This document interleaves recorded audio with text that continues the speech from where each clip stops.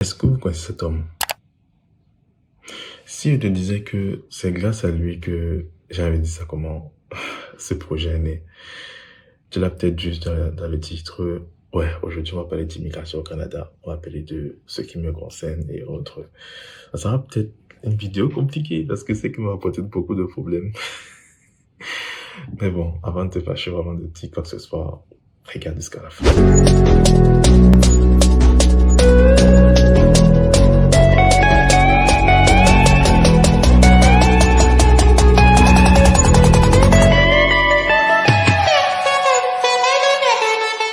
Salut à toi, moi je m'appelle Gaston Técu, je suis entrepreneur et je suis aussi disciple de Christ.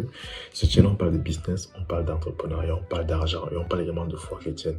Alors si tu es nouveau, je te recommande de t'abonner et d'activer la cloche de notification pour ne manquer aucune de nos vidéos. Je fais également des montages vidéo pour ceux qui sont intéressés, des montages vidéo et ceux qui ont besoin d'abonnement pour des sites tels que Netflix et autres, c'est disponible. Donc vraiment, si tu as besoin de montage, community manager, création de site web, n'hésite pas à me contacter parce que je suis capable de le faire et j'ai une équipe qui est capable de le faire également à moindre prix et avec une qualité incroyable. Ok. Aujourd'hui, je vais te parler d'immigration, comme j'ai dit. Je vais te parler de cet homme que j'ai mis au début. Il s'appelle Levi Strauss. Si je prononce bien son nom, Levi Strauss. Et c'est lui qui m'a un peu poussé à me lancer dans l'immigration, à dire ok, je vais passer dans l'immigration et autres. Je vais pas dire lui seul, mais j'ai envie de dire un peu des deux. Bref, je te raconte un peu comment ça s'est passé en fait. Pour ceux qui ne le savent pas, je suis au Cameroun et oh là là. Le Cameroun est dur. Le Cameroun est dur. On se cache pas, le Cameroun est dur. On va dire ce qu'on veut, que oui, on aime notre pays et tout ça, mais il faut aussi être sincère avec soi-même. Le Cameroun n'est pas facile. Et beaucoup de gens veulent partir parce qu'ils cherchent une meilleure vie, ils cherchent un meilleur confort, de meilleur ci, de meilleur ça. Et c'est avec raison, je comprends tous ces gens-là qui veulent partir. Je comprends tout à fait. Et me concernant alors, parce que c'est pour ça que tu as cliqué sur la vidéo, me concernant. Bon. Bon, on va quand même dire le suspense, non? Parce que si arrête la vidéo maintenant, c'est pas bien. Il faut quand même que je dise un peu le suspense. Il faut quand même dire. Bref. Lévi Strauss, c'est qui? En 1842, aux environs, il y a eu une vague de chasse à l'or. Beaucoup de gens sont partis chercher l'or aux États-Unis. Il y avait en Californie, quoi, plus précisément. Il y a eu ce chasse à l'or dont beaucoup de gens partaient acheter des mines, acheter des équipements pour pouvoir trouver de l'or. Parce qu'il y avait une sorte d'affluence, bon, les publicités qu'on sort, on faisait comprendre que si tu trouves l'or, tu vas devenir très riche et autres. Donc beaucoup sont partis donc chercher de l'or. Et en partant chercher de l'or, on part chercher l'or avec les mains, on part chercher l'or avec la pioche, avec du matériel, avec tout ce qu'il y a en fait, tu vois.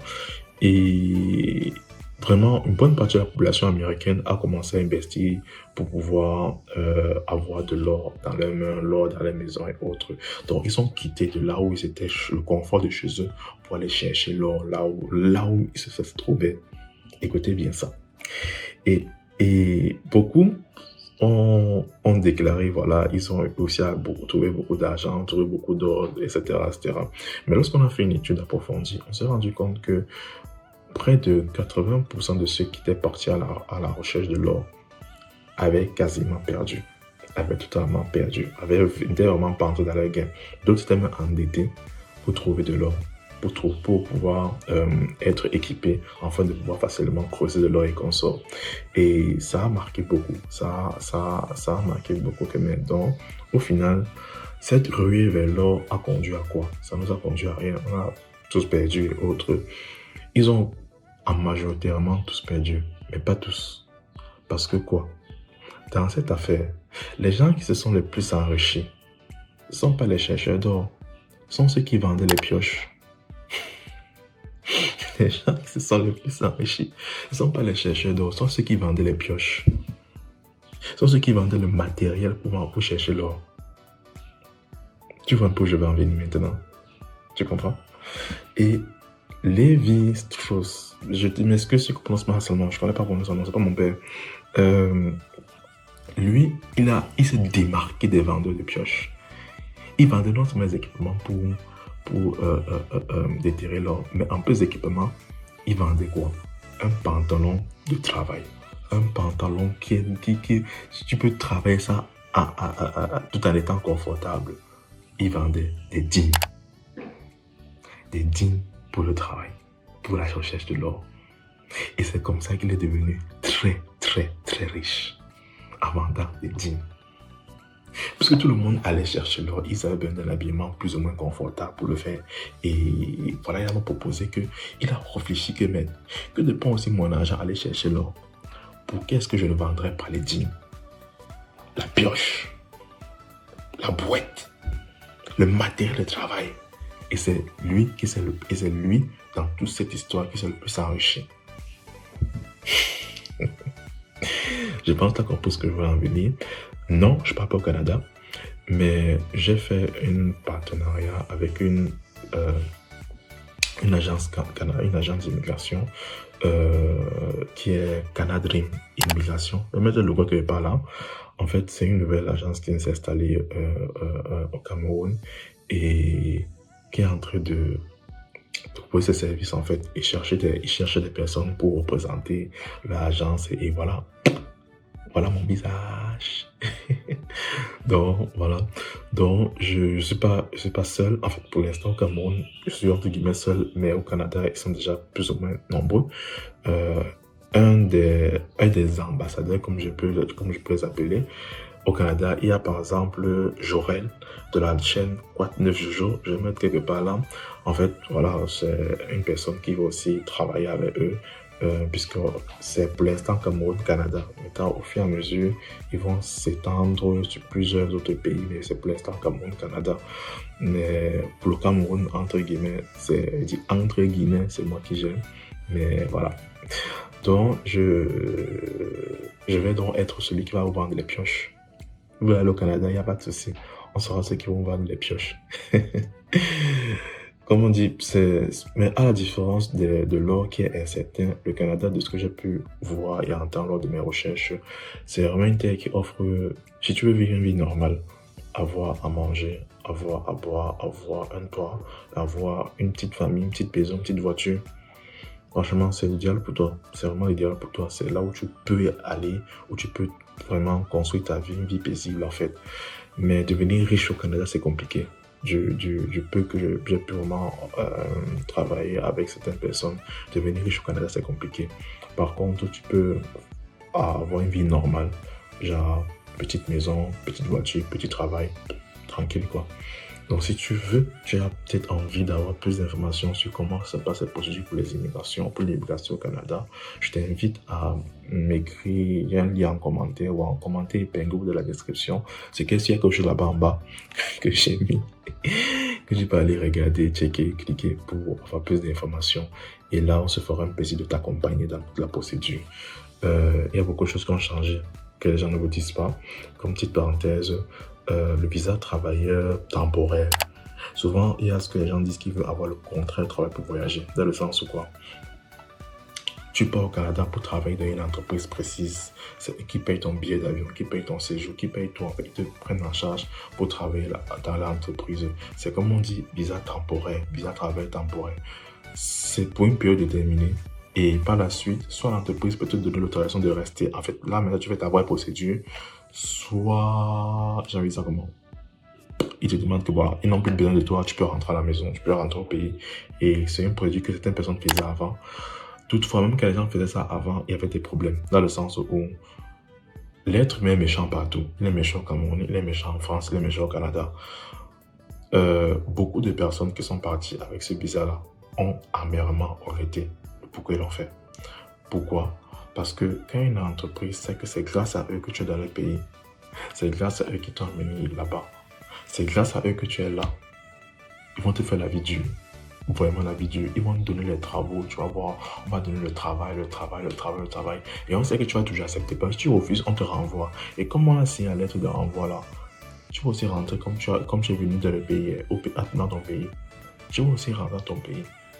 Beaucoup de gens qui ont fait cette procédure, quand ils ont un peu se gueuler un peu fort là, l'entreprise a menacé que tu t'amuses, on te renvoie à ton pays. Donc, ce que tu veux commencer à faire là, arrête ça maintenant, arrête ça maintenant. Et ceux qui s'entêtaient, on les renvoyait. Et ils étaient obligés de jongler maintenant, de tourner et de demander l'asile. Comme il y a certaines personnes qui ont fait ça, que le mari veut le tuer et qu'on sort. Mais bon, c'est en fait ça. Mais c'est pas une procédure qu'on recommande. Aujourd'hui encore, c'est encore plus compliqué parce que le Canada a fermé ses portes par rapport à la procédure des travailleurs indépendants, des visas travailleurs temporaires, dans le sens où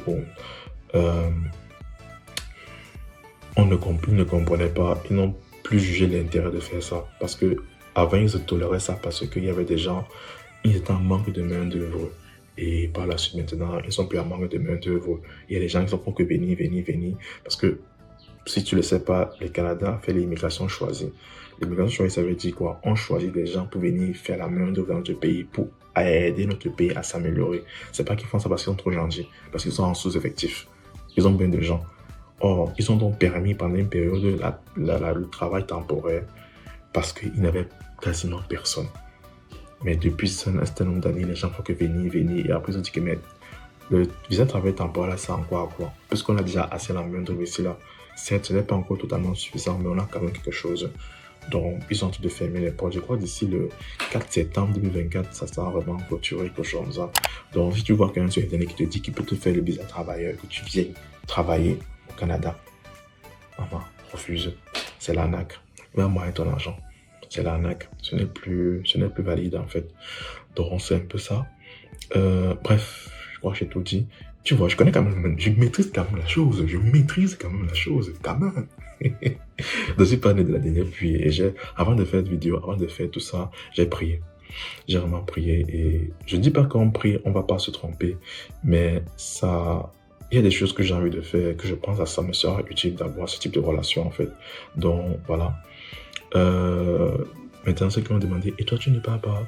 J'ai envie de dire que j'écoute ce que Dieu demande de faire. Si Dieu me dit pas, je pars. Si Dieu me dit ne pars pas, je ne pars pas. Pour l'instant, le temps n'est pas encore venu, ou bien le temps n'est pas venu que je bouge. Je n'ai encore reçu aucune parole du Seigneur. Donc, je vais rester au pays. Et je vais continuer à vendre les pioches. Parce que là où il y a l'argent, c'est là où je pars. Pour l'instant, il y a encore... La quantité d'argent que je gagne ici est quand même assez top. Donc, oui, je veux me préciser, mais c'est une autre vidéo que j'ai fait ça. Mais pour dire que la situation s'est vraiment améliorée. Depuis la dernière fois que j'ai fait la vidéo, la situation s'est vraiment améliorée. Je vois vraiment des améliorations, des changements, des choses qui bougent en fait. Et ouais, Dieu au travail. J'en ferai une autre vidéo pour te raconter tout ça, mais pour l'instant, Dieu au travail et il prend soin de moi. Je vois encore sa main tous les jours dans ma vie, comment il manifeste, il dit ça, ok. Seigneur.